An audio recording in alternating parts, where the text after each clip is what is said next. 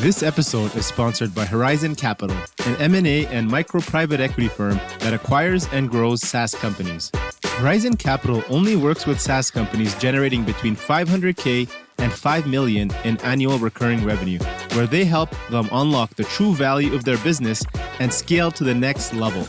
Whether you're ready to move on to your next startup or want to work with the right growth partner, Horizon's team will work with you to find the best structure possible. From M&A strategy to capital investments, SaaS is all they do. Simple as that. If you're a SaaS founder with less than $5 million in annual recurring revenue and are looking to sell your business, visit horizoncapital.com today and get a free valuation. If you'd like to sponsor the SaaS District podcast or recommend any guests that you think would be valuable to be on the show, visit horizoncapital.com/SaaS-podcast today. Thanks again, folks.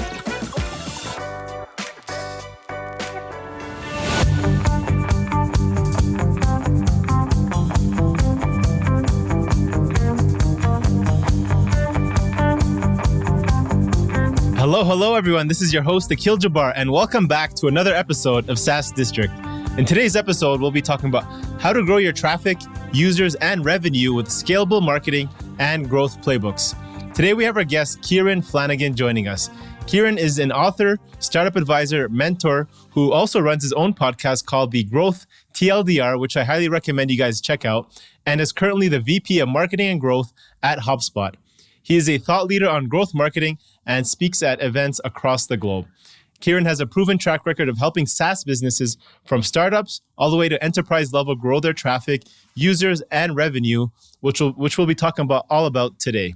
So welcome, Kieran. Thank you for joining SaaS District. Glad you can make it on the show today.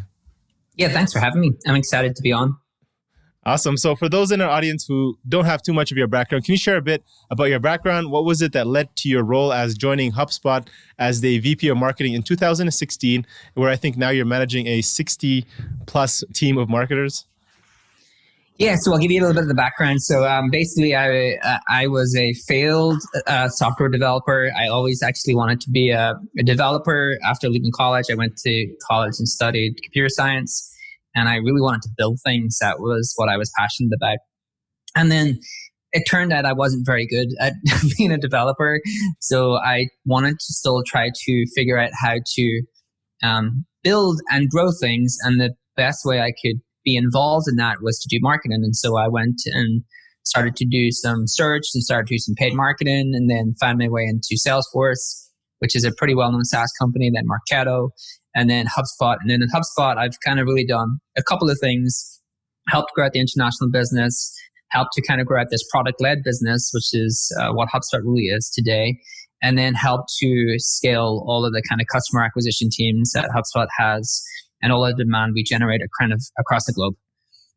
Very cool. Very cool. So I guess that was a good blessing in disguise, right? That you didn't follow through with becoming a developer. Do you actually use some of those skill sets that you've developed as a developer and use them in your day-to-day marketing?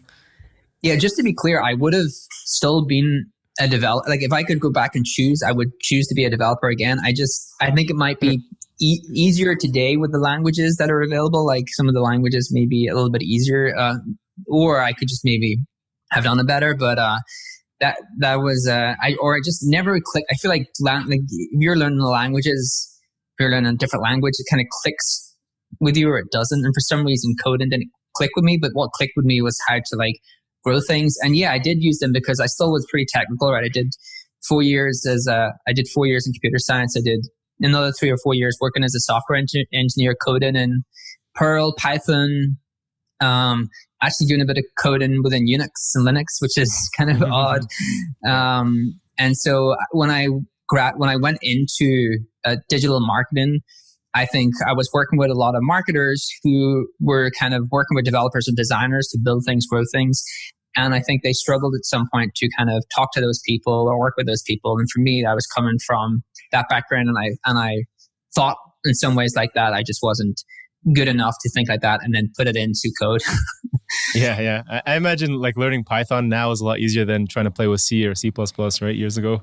Yeah, like I think, I still I always get the itch and I would go back in and sometimes, I really should learn how to code. And I was like looking at Ruby or looking at all these different and just having these visions of myself sitting in my room and building this amazing web app. And I've got to the point now where I think I really do believe you should lean into your strengths and outsource your things you're mediocre or weak at. So I think I will always be asking someone else to build something if I want to build. Absolutely. I agree with that. So let's get into kind of the weeds of looking into SaaS companies. So we come across several SaaS companies that we work with. So they're growing, they're expanding at a reasonable rate. They're growing year over year, month over month, but they don't have that growth engine to compete with, those their bigger competitors, either because they lack the scalable framework for like organic growth, or they lack, VC capitals that their competitors have. So they're just unable to grow fast enough that, what they're hoping to achieve. What would you say, and based on your experience, are some of the most common growth challenges that SaaS founders face in today's environment, and what can you suggest to them that they can do to overcome them? Yeah, I think so. First of all, it is hard, right? It's easy I see this sometimes, and I'm probably guilty of it, where we go, like I'm a pre-pandemic conference speaker, right? And I would go to conferences and I would talk about growth, and I would say, hey, like, this is how you grow, and here's examples of how we grew, and this is how you double and triple your demand and your traffic. But it's really not that easy anymore, because every market is somewhat saturated or very competitive. People are better at their jobs, right? And definitely in the marketing and growth side of things, marketing has evolved from this place where it really wasn't it wasn't on the table with sales and all of these other teams who generate revenue. And I think to get onto that table, marketing have got better at being able to be part of the core go-to-market and actually generate real revenue for the business. And to do that, marketers, I think, have upgraded their skill sets, and marketers are really good at doing that. And the tools we've got are better, right? Yeah. If you look at the MarTech space, we have just so many great tools we can use to grow our business. So that's the kind of, not to depress people, but that's the first, like trying to empathize with founders. It's hard, and anyone who tells you differently when you go to these conferences, most of that stuff is just like conference speak. It's not reality of growth. Sure. I do think that you can approach things in a way where you don't try to just look at a carbon copy of your competitors and think, well, how do I compete on the same things that they're competing on? Right? I think one of the mental models I'm fascinated by is, first principles and how you break apart, problems into kind of their fundamentals, and trying to see if there's ways that you can do things differently. Just because all your competitors are doing one tactic or one channel, it doesn't mean that that's the right way to do it, or there's something that you can't do. So I think there's a couple of things, right? I think if the two reasons companies failed for me are they've misunderstood the problem they're solving, and they've solved a problem that not that no one cares about, but no one cares enough about that it makes a big impact in their life. It makes a difference if they have that thing or not, right? And that's the kind of Sean Ellis NPS, like how much would you miss this product? He has one survey for it, and it's like, how much would you miss this? We took this away from you. The other one is they kind of misunderstand, or they don't think earlier enough of how am I going to acquire demand for this. And that's what Brian Balfour calls product channel fit. So you have product market fit and you have product channel fit. And on the product channel fit is like, how do I build something into my product, or how do I at an early point start to figure out where my product will actually acquire demand from, and trying to figure out if you can skew your product and your go-to-market into a couple of places where you can actually acquire demand, and you can have something that helps you differentiate yourselves from competitors. One of the examples I used to always use was, I think their name is Genius now. They've kind of rebranded, but they were a site that had rap lyrics, right? They would just show you the lyrics to songs. That was a really competitive space, right? It's wild to think how competitive that space was, but there's just a lot of lyric websites. And so how can you compete? How can you compete in that space when there's other sites that have all of these lyrics? Because if you think about it, if you break apart that problem and you kind of come at it from a first principles in terms of what you know, the thing you can compete on is just having more songs than any other company, right? Volume. And that's how every other brand tried to approach the problem. We'll just try to get more songs into our database. What they did is they actually pulled it apart and said, no, what we can actually do is we can create better user-generated content around these lyrics. And so they embedded these things into the product that allowed you to actually, if anyone, I love hip hop music, and one of the things in hip hop is trying to figure out what the lyrics actually mean. And they had user-generated content. You can comment all of the lyrics, annotate the lyrics, and actually say, hey, this is what they were talking about. This is what they were talking about. And because they did that, they ranked better in Google than all of these other brands, and they dominated, and they went on to be the most successful company within that space, or one of them. And I think that's how you need to think about how you can actually compete in the space that you're in. Very cool. That's actually an awesome example. I never thought of that. That, you compete on content. You think just creating more content, but yeah, having something else built into your product. I think that's more, like you said, product-led growth that leads to some kind of scalable. Now, what do you suggest for B2Bs? You talked about the channels, right? There's B2B SaaS scale-ups. So they've done really, really well in their growth journey, but they've been primarily led by maybe just one or two acquisition channels, right? And then they hit a growth ceiling. What do you suggest to them to help them break through? Should they just move to the third channel, look at some new, whether it's paid, whether it's just trying new things, or should they, modify what's working and try to find some other way to break through? The first thing to do is panic. No, there is some amount of panic because I've been in this situation. So here's the thing, right? The thing that you can guarantee, actually, if you hit the point where you went from startup to scale up and then went scale up to hit ceiling on channel, it means actually you've been successful. So first of all, great, you've had a great run, right? You're probably a public company. You've probably had a good run in your stock price. So things are in general going well, but you want to do even better. And so there's a couple of things I think about in terms of the growth ceilings. One of the things is you want to always diversify from a position of strength, right? And so what tends to happen is you're like, okay, I'm growing from, a lot of the mobile apps grow from paid media. A lot of the kind of large review sites grow from Google, right? There's just certain channels that are going to help you scale. And outside of those channels, it's going to be hard for you to find something else. But you want to diversify from a position of strength. So when you are in a scale-up company, one of the things you want to be really good at is forecasting, right? So one of the things that we do is we say, okay, we do a top-down model based upon existing trends. How do we think we're going to perform over the coming year if we keep all things the same, resources, playbooks the same? And then we look at bottoms up and we say, how much revenue do we need to generate? And then how does that translate into the demand we need to generate to hit that amount of revenue? And so then you take that, if you're kind of a leader within a scale company, and you say to your team, okay, bring me back the top-down model for your channel, bring me down the playbooks that you're going to operationalize to hit that growth. And what you'll start to see is a flag, right? There's some flags. You can see a flag in your month-on-month, quarter-on-quarter, year-on-year growth rates within the channel. That's a flag. When you're building forecasted models and you're starting to see diminishing returns, and then your team are coming back with playbooks that are just the same playbooks and they're kind of running out of ideas, that's a flag. When your team tell you they don't want headcount for the coming year, or they want a small amount of headcount because they're not sure what else they can do or how they can hire people to continue to grow that channel, that's a flag. And so you want to diversify from a position of strength. And so a good example of this is Canva. And so Canva, what a phenomenal company Canva are, just a Goliath in terms of what they've managed to do.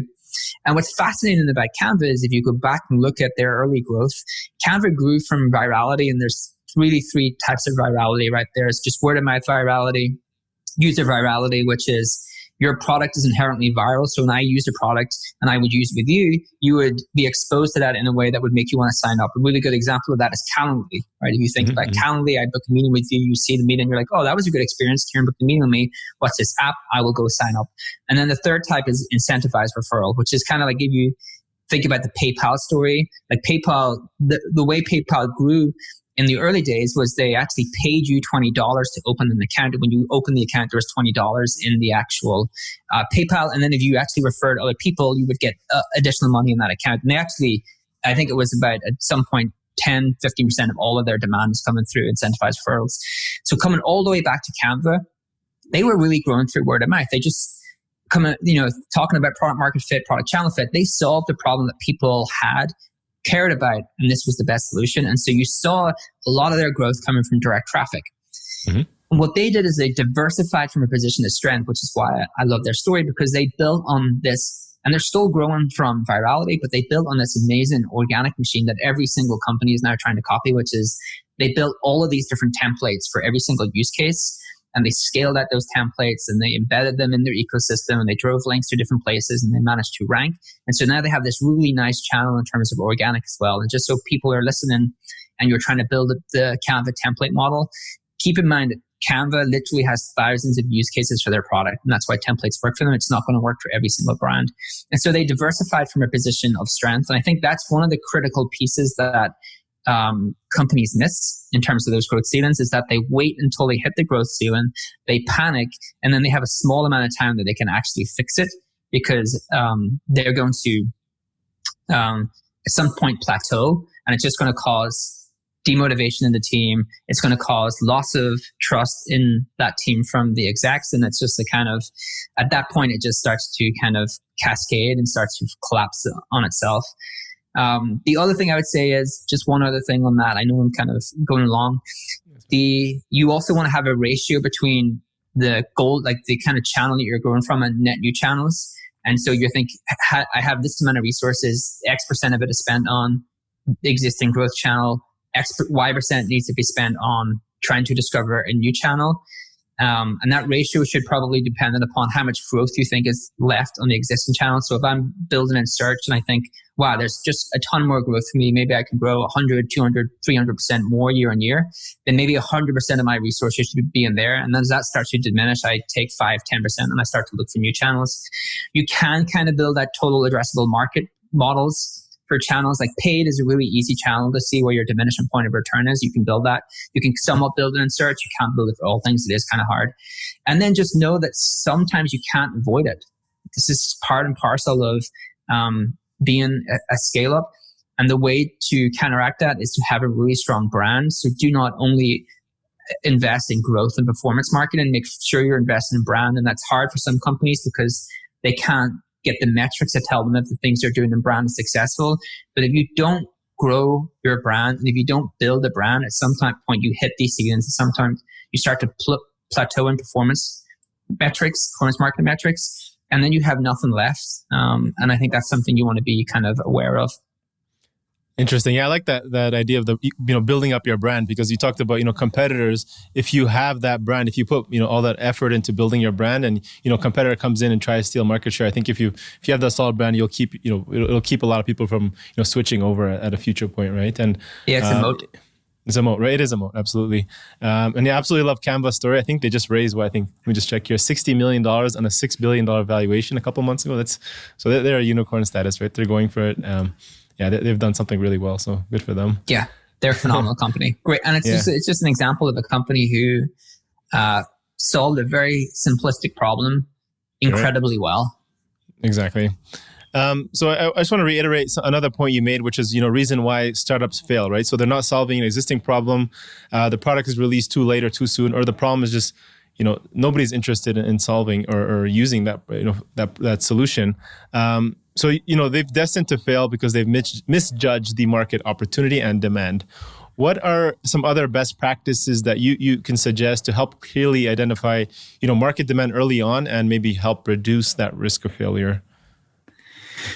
Yeah, I have to be honest, I've never launched a product. So I'm definitely not someone who's a founder and found product market fit. I can tell you from being in a company and being part of a company who's lots of additional projects in additional spaces.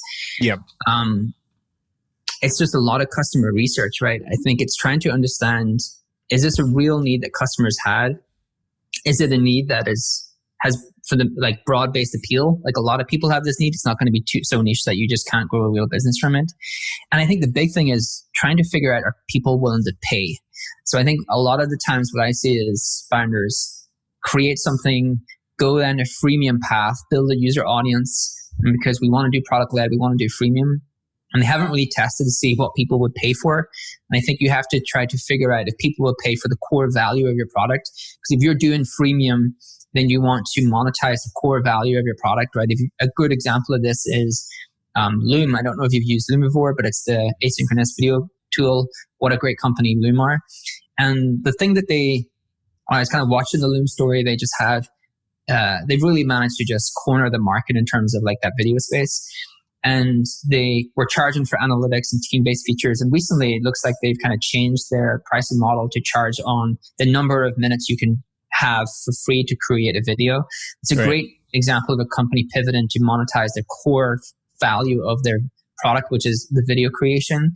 And so I think the sooner you can get to understand will people pay for the core value of your product, I think the easier it is you to decide, the easier it is for you to figure out that you've got like an actual real market. And then I do think you want to think about, okay, well, what is a scalable way that I can grow this business? Can I see a way that I can outcompete competitors in terms of like my go-to-market?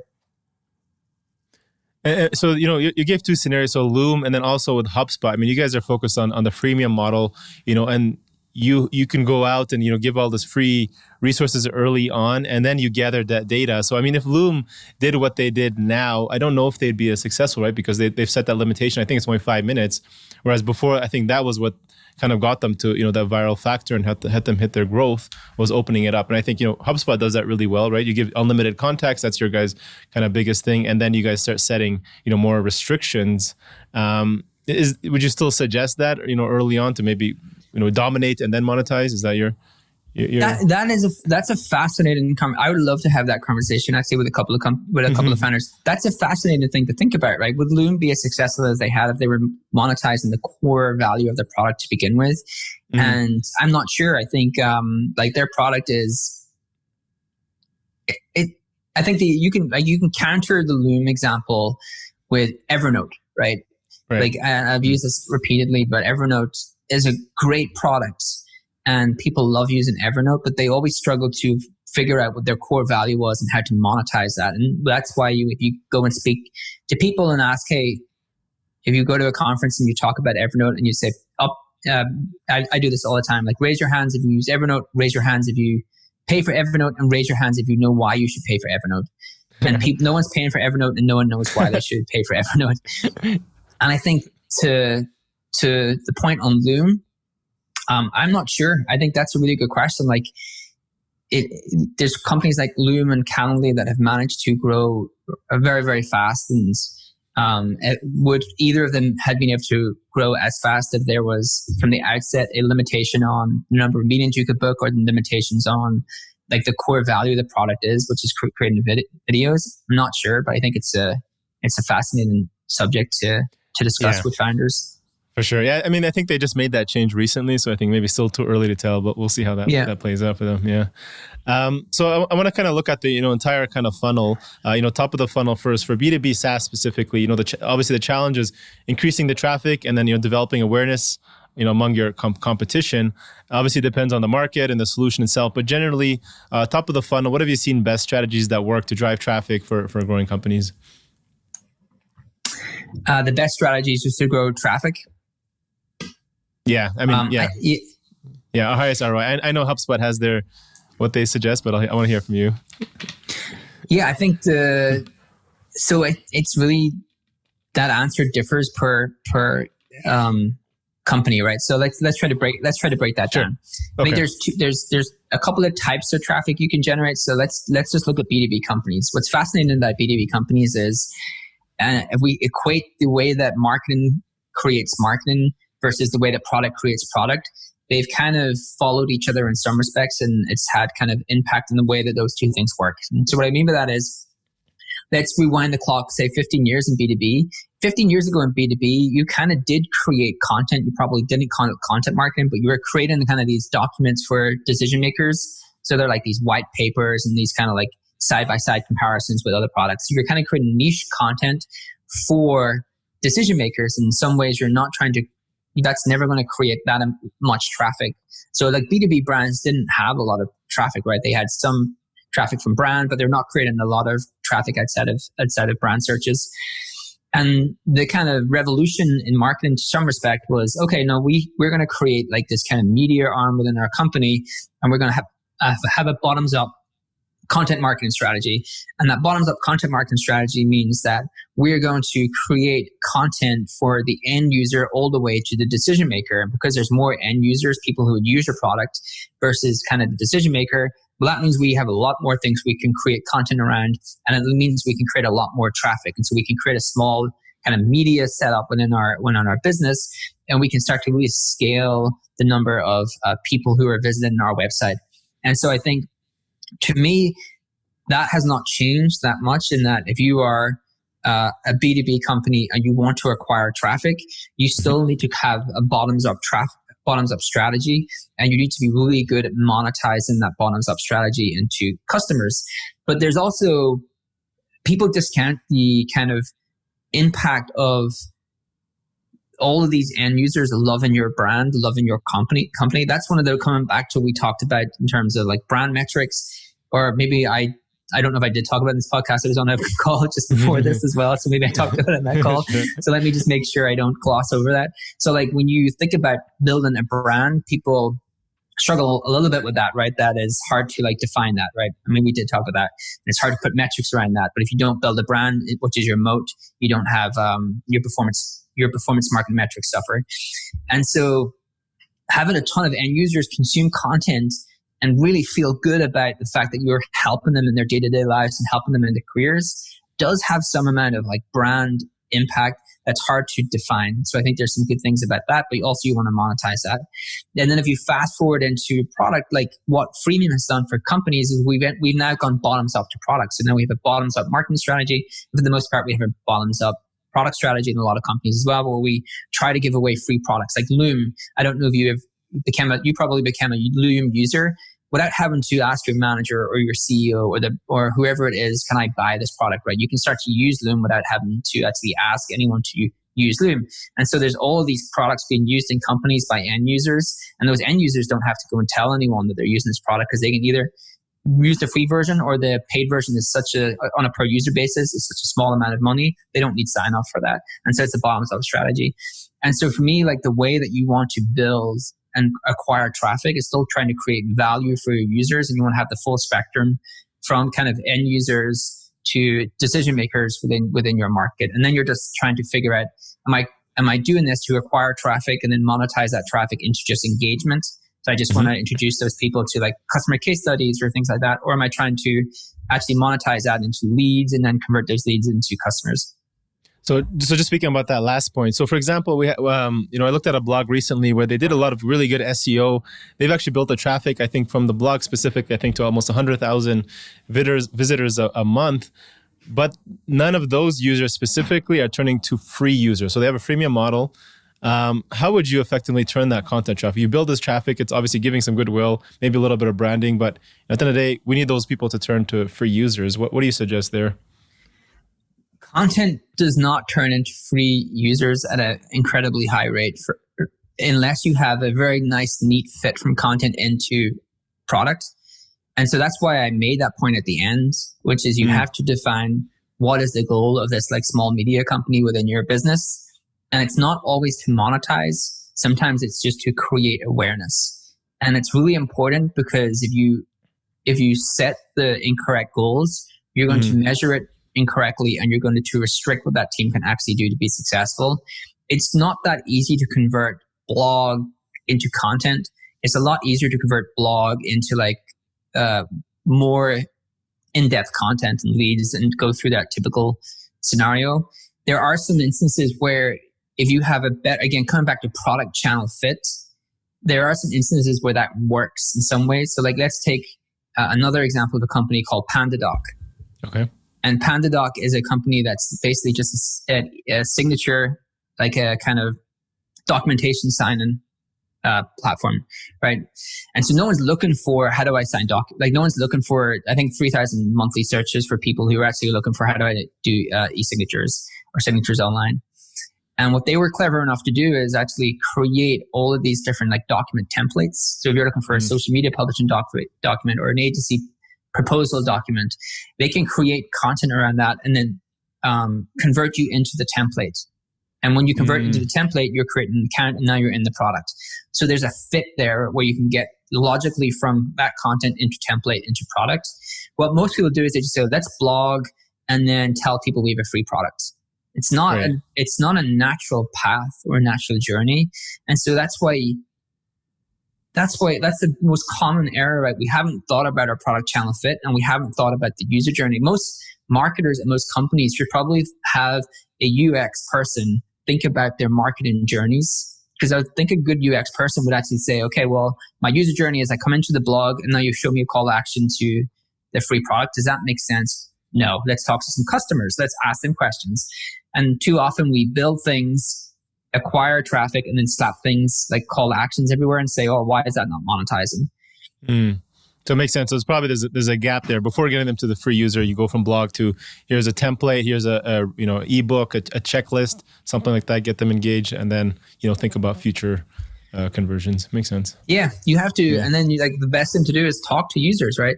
Like, when you show them the blog post, when you consume this blog post, what do you do? What would you like to do next? Here's 3 options. We'll give you this, this, and this. What one would you choose? Like, do proper user research.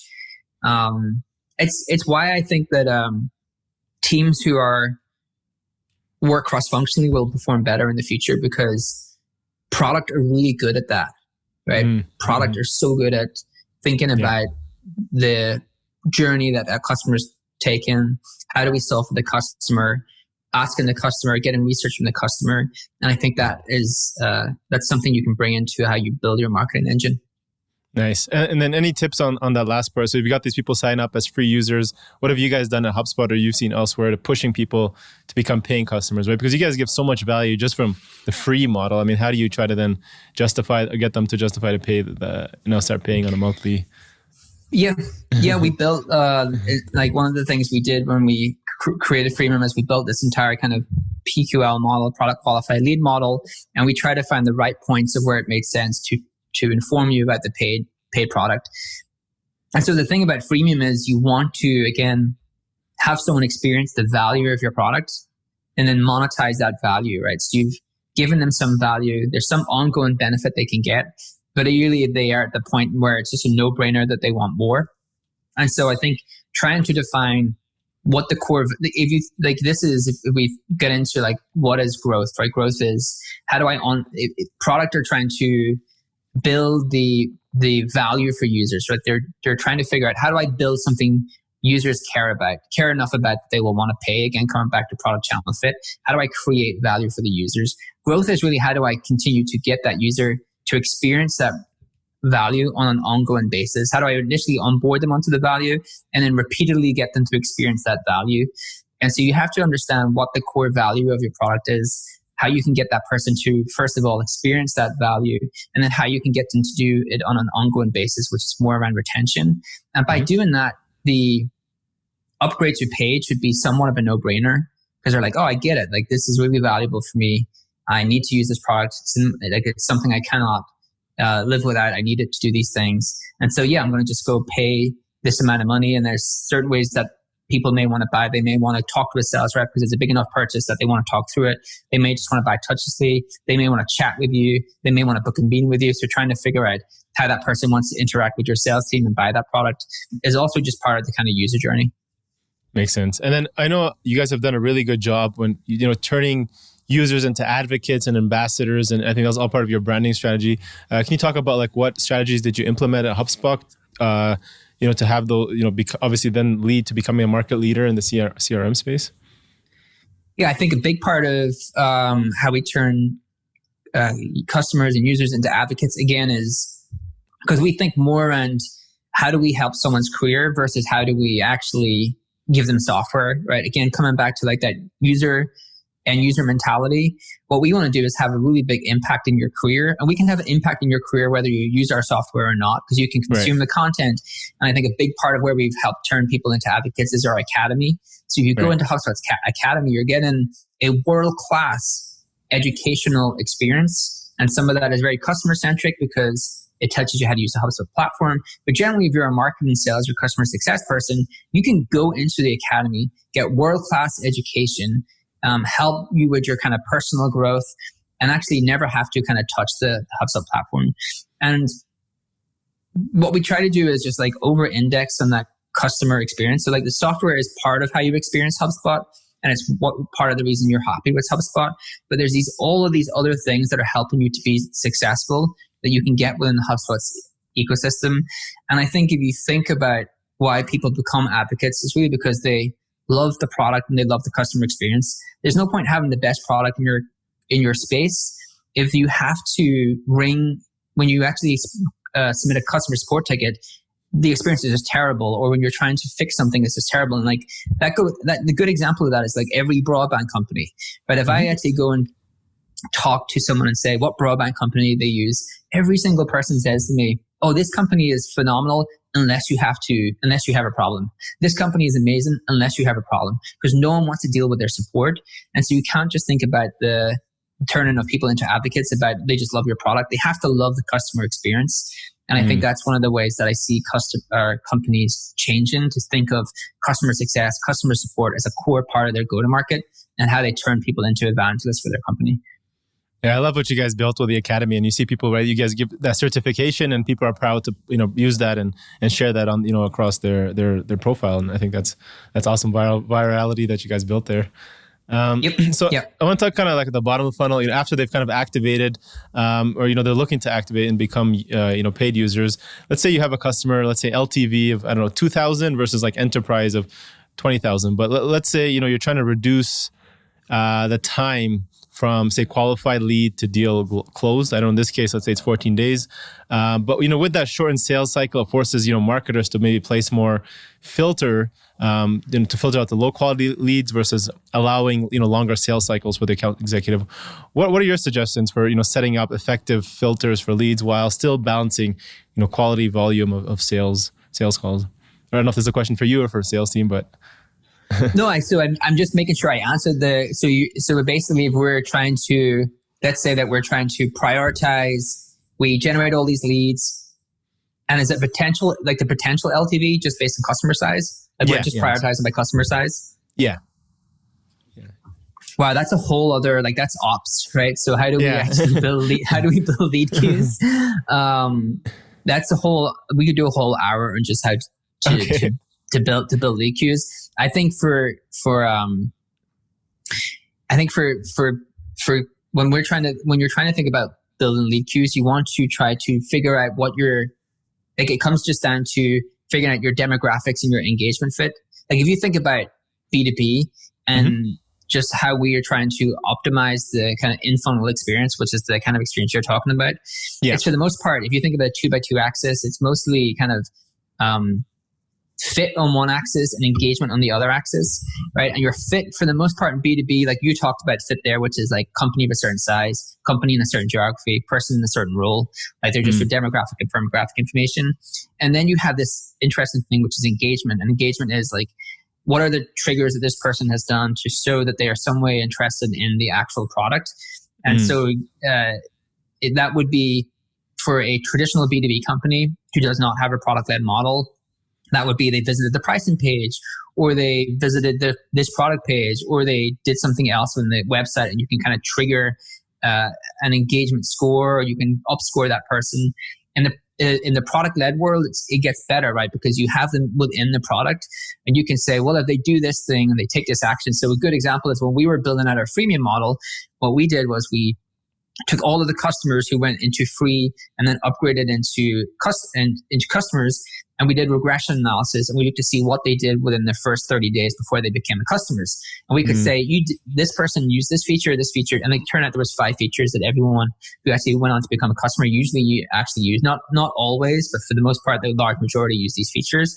So then you can kind of build a model to say if they do these features that we can show that they are high quality leads, not just because they are good fit, company size, role size, geography, but because they are actually also doing the things that would suggest that they have a high intent to use the paid product. And so I think it really comes down to trying to build a model that works for your sales team. You definitely get input from the sales team across that fit and engagement axis.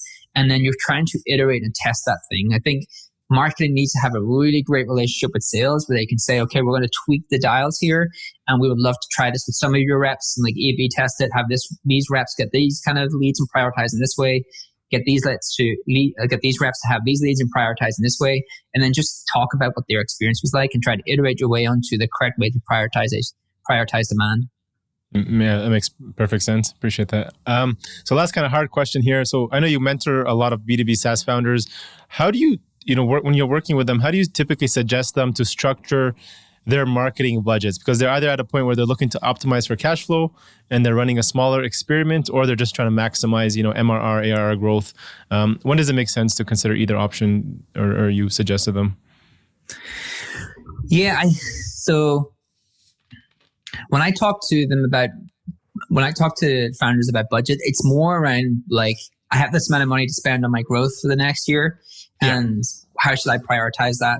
And I think what I try to walk through is, okay, you have a finite, especially in certain company sizes, there's just a finite amount of money you have, there's a finite amount of resources you have, and there's just an infinite amount of things you could spend it on, and there's an infinite amount of places you could allocate that to. And what I try to get people to do is prioritize. And so really great leadership is saying no. And because it's the hardest thing to do. Like it's really interesting, right? You can have managers who get the best 360 review, like people in their team love them, think they're great.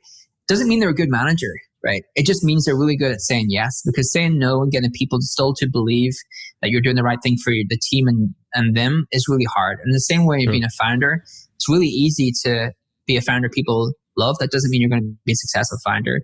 And so when you have budget, you don't want to peanut butter. You don't want to go, I'll just spend an equal amount of money across these different things. Especially in an early stage, you want to say, actually, I'm going to really focus in on being world-class at these one or two things. And one of the conversations that always sticks with me, one of my favorite founders is Wade Foster from Zapier, and talked to him on the podcast. And one of the things he told us, like we asked, like, how did you build Zapier from like a bootstrap company into $1 billion company? That's like incredibly rare. And how did you become world class at all these things? And he said, well, we were rarely world class at all the things. We just tried to be world class at a couple of things.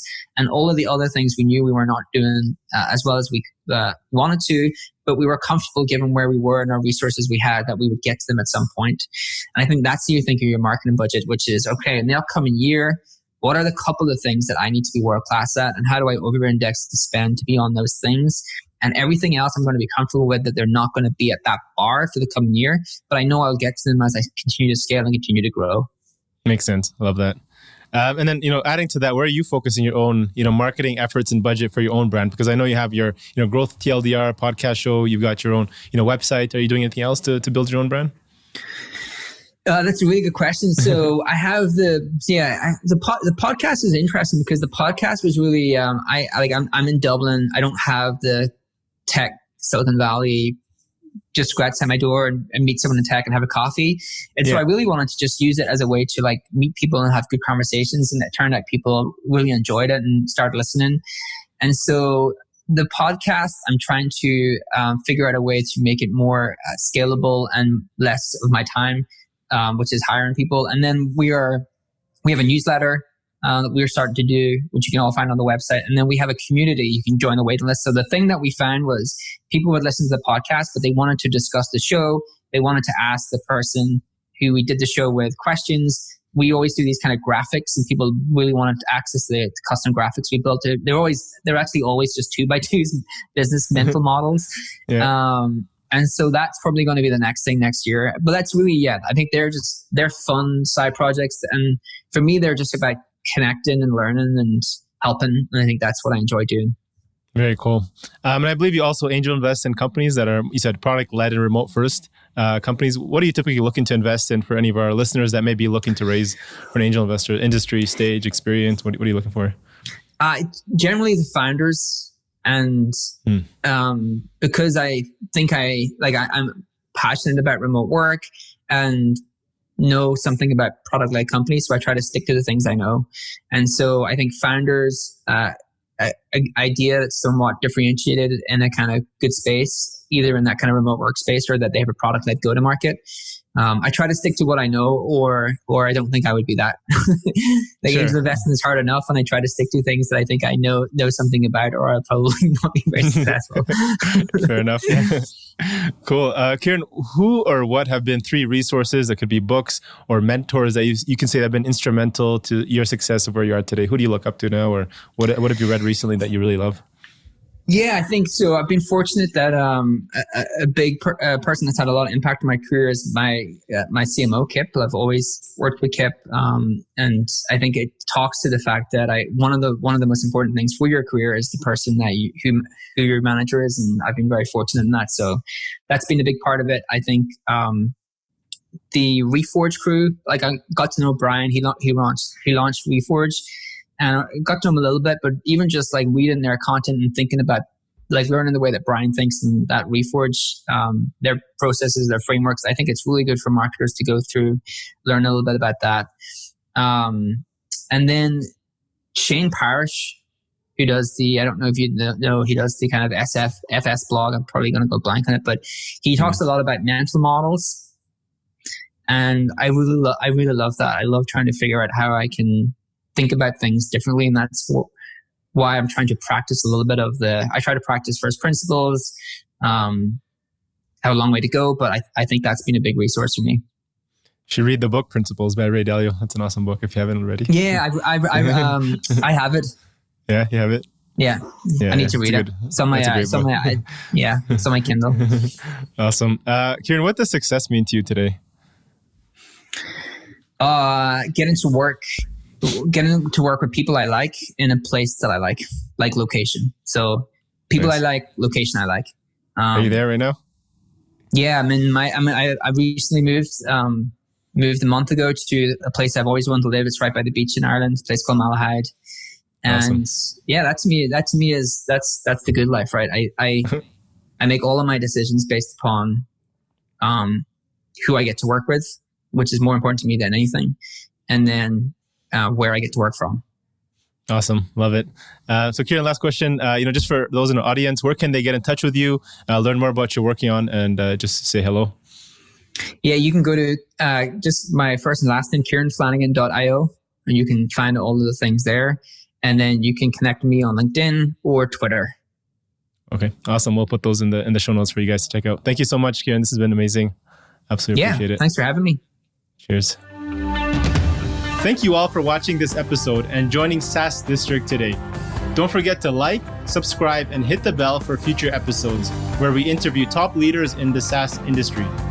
If you're a SaaS company looking to grow and unlock the true value of your business, get in touch with us at Horizon Capital, and myself or one of our consultants will provide a free assessment to help you get there and hit your goals.